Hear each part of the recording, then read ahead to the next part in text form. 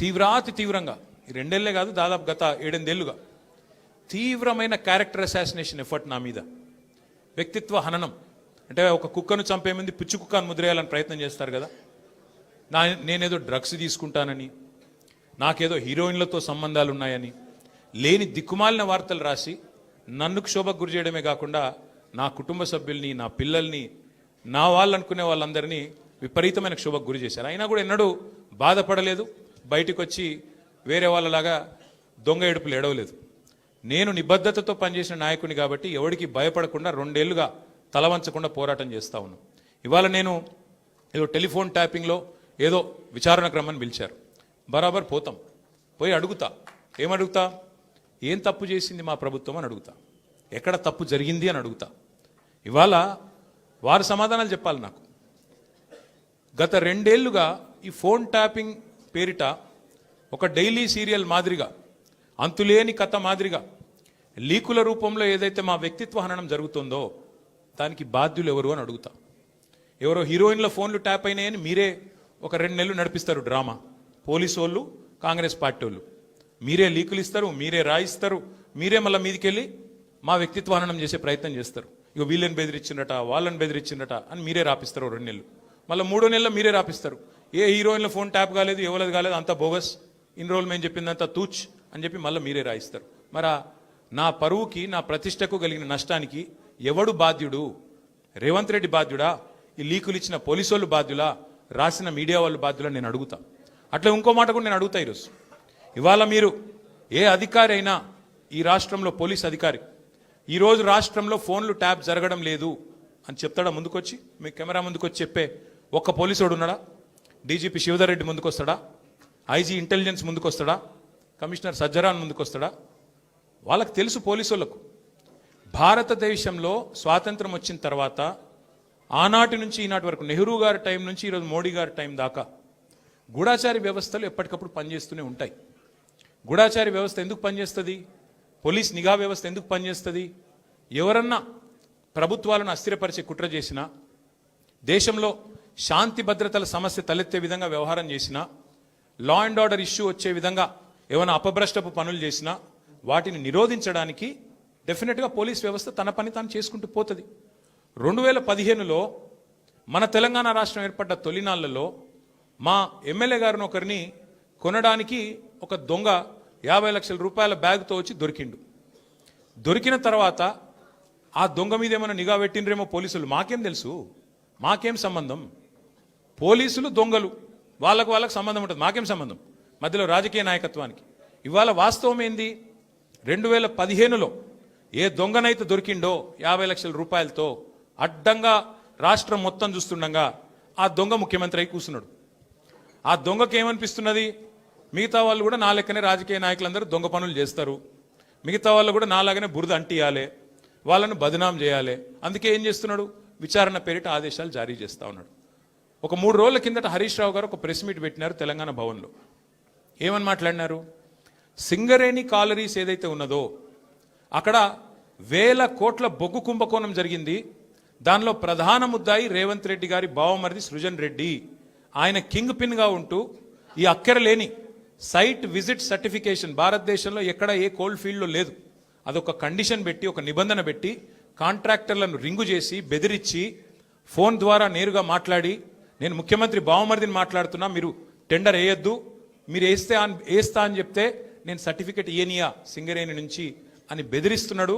బెదిరించి ఈ మొత్తం స్కామ్ చేసింది రేవంత్ రెడ్డి గారి బావమరిది అని హరీష్ రావు గారు ఆధారాలతో సహా, ఎట్లా మా గవర్నమెంట్లో మైనస్ టెండర్లు పోతుండే, ఎట్లా కాంగ్రెస్ రాగానే ఈ నిబంధన పెట్టడం వల్ల +22% +14% టెండర్లు ఎట్లా పోతున్నాయి, ప్రజాధనం ఎట్లా కొల్లగొడుతున్నారు, సింగరేణితో ముఖ్యమంత్రి గారు ఎట్లా ఫుట్బాల్ ఆడుతున్నారు, సింగరేణి సంస్థని తన కామధేనువుగా ఎట్లా మార్చుకున్నారు, ఇవన్నీ వివరంగా చెప్పినారు. ఉదయం చెప్పంగానే సాయంత్రం వరకు మేము ఎదురు చూస్తూ ఉన్నాం. ఎవరన్నా ఒక మంత్రి, ఎవరన్నా ఒక బాధ్యుడు స్పందిస్తాడేమో. పోనీ కేంద్ర బొగ్గు శాఖ మంత్రి మన రాష్ట్రం నుంచే ఉన్నాడు కిషన్ రెడ్డి గారు, వారి ప్రభుత్వానికి కూడా సింగరేణిలో 49% వాటా ఉంది. కనీసం ఆయనన్నా, మరి కేంద్ర బొగ్గు మంత్రి కాబట్టి ఆయనన్నా స్పందిస్తాడేమో, ఈ దొంగలను పట్టుకుంటాడేమో. మోడీ గారు ఊకుకి అంటుంటారు కాంగ్రెస్ అంటేనే స్కామ్ గ్రేస్ అని, మరి మోడీ గారి ప్రభుత్వం ఏమైనా స్పందిస్తుందేమో అని చూసినాం. కానీ సాయంత్రం వరకు ఏం చేస్తారు? హరీష్ రావు గారికి సిట్ నోటీస్. అది అయిపోయింది, అదో డ్రామా ఒక రోజంతా నడిపిండ్రు. హరీష్ రావు గారు లోపల పోయినరు, ఉల్టా క్వశ్చన్లు వాళ్ళనే అడిగిండు, వాళ్ళకి ఏం చెప్పాలన్నా తెలియలేదు, నీళ్ళు నమిలిండ్రు, అయిపోయింది. ఇప్పుడు మళ్ళా ఇక డైలీ సీరియల్, అదే సీరియల్ ఉంటుంది కార్తీక దీపం అని, అది మనసు మమత, ఆ టైప్లో మళ్ళీ ఈరోజు నాకు, రేపు ఎల్లుండి ఇంకొకరికి. ఇది ఒక టైంపాస్ ప్రోగ్రాం తప్ప ఇలా అయ్యేది ఏమీ లేదు, వచ్చేది ఏమీ లేదు. మా సోదరులు వాలంటరీ రిటైర్మెంట్ తీసుకున్న additional director general of police RS Praveen గారు మిగతా విషయాలు మీకు అన్నీ చెప్తారు, నేను ఎక్కువ చెప్పా.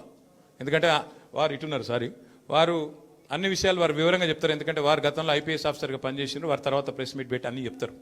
కానీ ఒకటి మాత్రం వాస్తవం, ఇవాళ రేవంత్ రెడ్డి గారు ఆయన దొంగ కాబట్టి, అడ్డంగా దొరికిన దొంగ కాబట్టి, ఇంకా దొంగ పనులు చేస్తూనే ఉన్నాడు కాబట్టి, అదేదో సినిమాలో బ్రహ్మానందం గారు దొంగ ఉంటాడు, ఉరికురిక దొరికిపోతుంటాడు, అట్లాగే ఈయన కూడా ఈయన స్పెషాలిటీ ఏంటంటే ఉరికిక దొరికిపోతాడు. ఉత్తగానే సింగరేణిలో దొరుకుతాడు, మూసీలో దొరుకుతాడు, హైడ్రాలో దొరుకుతాడు, ఎక్కడ పడితే అక్కడ దొరికిపోతాడు, హిల్ట్ కుంభకోణంలో దొరుకుతాడు, లగచర్లలో దొరికిపోతాడు. దొంగ ఫాస్ట్గా దొరికిపోవడం రేవంత్ రెడ్డి గారి స్పెషాలిటీ. ఇంకా విచిత్రం ఏంటంటే ఇవాళ ఒక దొంగ లేడు ఈ రాష్ట్రంలో, దండుపాలెం ముఠా ఉంది ఈరోజు. క్యాబినెట్ ఎవరిది వాళ్ళు అందిన కాడికి దోచుకోనే స్కీమ్లో భాగంగా ఈరోజు వాళ్ళు దోచుకుంటా ఉన్నారు. ఆ దోపిడీని మేము బయట పెడుతుంటే వాళ్ళకి ఎక్కడ లేని మంట వస్తున్నది మా మీద. మాకేం ఫరక్ పడది, మీకు తెలియదు కానీ మీడియా వాళ్ళు మీరు కూడా మాకు తెలియకుండానే సాయం చేస్తున్నారు. మీరేమనుకుంటున్నారంటే ముఖ్యమంత్రి చెప్పిండు, మేము ఇట్లా కేసు నోటీసులు వచ్చినాయి, మరి వీళ్ళని ఏదో విచారిస్తున్నారు అని చెప్పి లోపల మేము బొంగనే ప్లేట్ బ్రేకింగ్లు పెట్టి గుచ్చి అడుగుతున్నారు అని మీరు పెడతారు. మాకేం బాధ లేదు, ఎందుకంటే 100 కోట్ల పబ్లిసిటీ మీరు ఫ్రీగా మాకు ఇస్తున్నారు, మాకేం బాధ లేదు. తప్పు చేసినోడు భయపడతాడు, తప్పు చేయనోళ్ళు ఎవరికి భయపడాడు. రేవంత్ రెడ్డి కాదు, వాని జేజమ్మకు కూడా భయపడే సమస్య లేదు. ముమ్మాటికి ఒకటి మాత్రం పక్కా, ఈ కేసు ఇంతటితో మేము వదిలిపెట్టాం. నా క్యారెక్టర్ అసాసినేషన్కి బాధ్యులైన రేవంత్ రెడ్డిని ఆయన తొత్తులుగా పనిచేస్తున్న పోలీసులు కొంతమంది, అందరినీ కాదు, కొంతమంది పోలీసులు ఎవరైతే ఉన్నారో ఆయన తొత్తులుగా, ఆయన అడుగులకు మడుగులతో పనిచేస్తున్నారో వాళ్ళని నేను కూడా వదిలిపెట్టను. ఎందుకు వదిలిపెట్టను? ఎందుకంటే నా వ్యక్తిత్వం హననం చేస్తూ ఉన్నారు. లేని లింకులు అంటగట్టి, లేని రంకులు అంటగట్టి, నాకు ఇష్టం ఉన్నట్టు ఎవరెవరో యాక్టర్లకు లింకులు పెట్టి చిల్లర రాజకీయం ఏదైతే చేస్తున్నారో ఈ విషయంలో నేను మాత్రం వదిలిపెట్టను. మీరేదో ఇవాళ ముఖ్యమంత్రి హార్వర్డ్కి పోయిండు, ఆడ వచ్చిరాని ఇంగ్లీష్లో ఏం నేర్చుకుంటుండో ఏం తెచ్చిండో కానీ ఆయన వచ్చే వరకు టైంపాస్ చేద్దాము అని చెప్పి మీరు డ్రామా చేస్తున్నారు, మాకు తెలుసు. ధారావాహికలాగా నడుపుతా ఉన్నారు, మాకేం ఇబ్బంది లేదు. మీరు ఎన్నిసార్లు పిలిచినా వస్తాం, ఎందుకంటే చట్టాన్ని గౌరవించే పౌరులం, తప్పకుండా వస్తాం. మేము తప్పు చేయలేదన్న మాటనే చెప్తాము.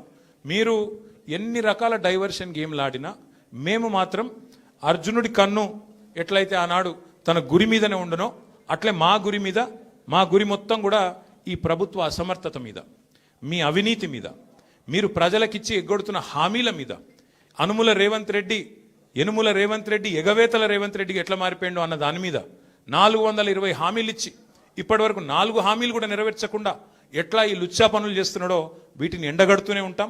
100% వదిలిపెట్టకుండా ప్రాణం పోయేదాకా పోరాడుతూనే ఉంటాం. ఎవరికి భయపడకుండా, ఎవరికి తలవంచకుండా నిఖార్సైన తెలంగాణ బిడ్డలుగా, కేసీఆర్ గారి సైనికులుగా, కేసీఆర్ గారిని తిరిగి ముఖ్యమంత్రి చేసేదాకా మేమందరం కలిసికట్టుగా పనిచేస్తూ ఉంటామని చెప్పి తెలియజేస్తూ మీ అందరికీ కూడా సంఘీభావం చెప్పడానికి వచ్చిన ప్రతి ఒక్కరికి మళ్ళొకసారి ధన్యవాదాలు తెలియజేస్తూ, మిగతా విషయాలు వాళ్ళు నన్నేం అడిగినరు, నేను వాళ్ళనేం అడిగినా అవన్నీ సాయంత్రం మిగతా విషయాలు మాట్లాడుకుందాం. Thank you.